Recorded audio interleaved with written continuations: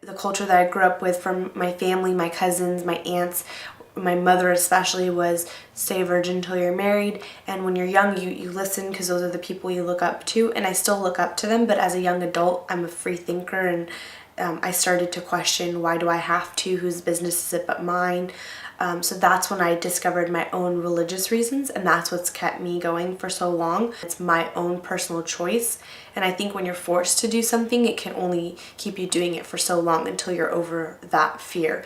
But once it's your own choice, that's what keeps you truly motivated. I think that the advantages to being abstinent until I'm married is that I don't have to worry about getting an STD, about regretting who a partner was or what I did with that partner, or if they're gonna go tell people about it and people finding out.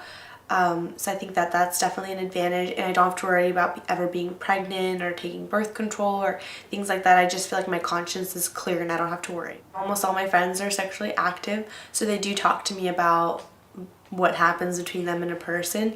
They don't tell me too personal things because I believe that that's between them and that person, but they do talk about it with me, and it's totally fine with me. I don't judge them or frown upon them just because they chose a different way. We are comfortable around each other. I can ask them questions because since I'm not sexually active, like, I do have questions sometimes about what goes on, so they're really sweet about explaining it to me. And then they also come to me about what goes on with them and what their problem is, and I give them advice to the best of my abilities. So I think we're both understanding in that way. I think kissing's okay. I know that my mother, probably my priest, and maybe the males in my family would disagree because they want to be protective of me and they understand that kissing leads to other things. But I think that as long as I'm in control of myself, then I think kissing is okay for me personally. And I think it's something intimate between me and a guy that I like. Especially since I'm not having sex, it's kind of the only thing that I can do other than like holding hands. So I think kissing's okay. I just have to be careful with where I'm doing it and where it leads to. What I don't like about being abstinent is I do think it takes a little bit of the fun of being young.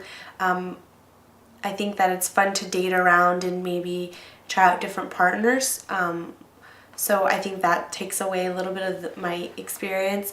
Also, a question that a friend had asked me one time was, what if you marry that person and you don't enjoy the sex that you have with them? So I think that when you date around and you try sex with different people, you're getting a different taste of what you like and what you enjoy. Whereas when I wait, all I can ever know is that one partner.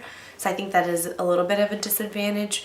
But I just think the advantages outweigh the disadvantages for me. My name is Anna, and I'm a community college student, and my method of birth control is abstinence.